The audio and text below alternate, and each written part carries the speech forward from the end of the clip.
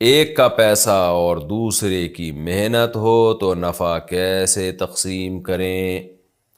اگر ایک شخص کا مال اور کوئی کام نہ کرے، مال ہو اور کوئی کام نہ کرے، اور دوسرے شخص کی محنت ہو لیکن مال نہ ہو، تو دونوں کو شرعی طور پر کتنے فیصد منافع ملنا چاہیے؟ فاروق صاحب نے انگلینڈ سے پوچھا یہ۔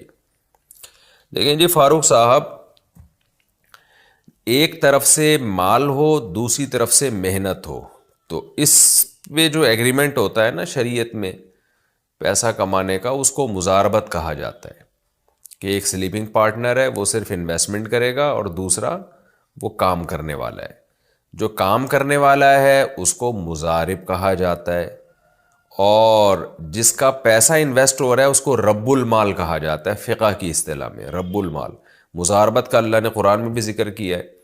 تو اس میں پیسے کی تقسیم کس طریقے سے ہوگی؟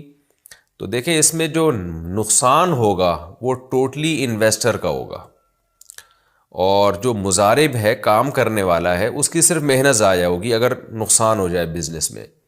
لیکن پروفٹ میں دونوں کو اختیار ہے کہ پرسنٹیج کے حساب سے کوئی بھی پرسنٹیج طے کر لیں، اس میں متعین نفع نہیں رکھا جا سکتا۔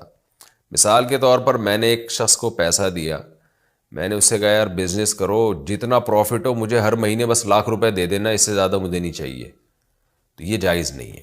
اس میں آپ نے پرسنٹیج میں شرکت کرنی ہے۔ پرسنٹیج میں شرکت کا کیا مطلب ہے؟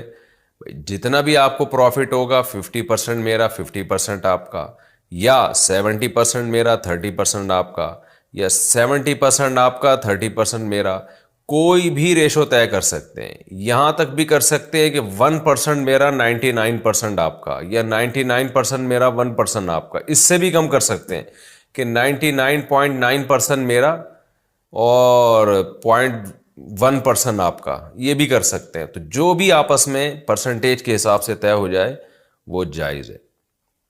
ہاں یہ ہے کہ بعض دفعہ بزنس میں لوگ کیا کرتے ہیں کہ حساب سال کے بعد کرتے ہیں، کہ یار ہر مہینے ہم کون کیلکولیشن کرے گا کتنا پروفٹ ہوا، کتنی انویسٹمنٹ تھی، تو ہم پورا سال ختم ہونے کے بعد ہم حساب کریں گے کہ پروفٹ ہوا اور ہوا تو کتنا ہوا۔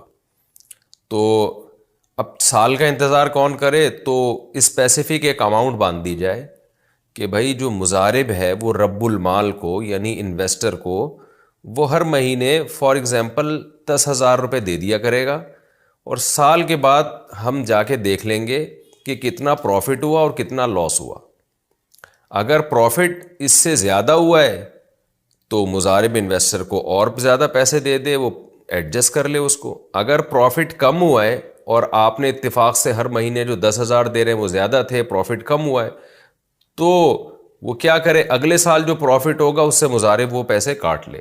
تو اس طرح سے ایڈجسٹمنٹ تو کی جا سکتی ہے کہ، لیکن اس طرح جائز نہیں ہے کہ جی پرسنٹیج کے حساب سے آپ شرکت نہ کریں اور آپ کے بس ہر مہینے مجھے اسپیسیفک اتنی اماؤنٹ چاہیے، یہ جائز نہیں۔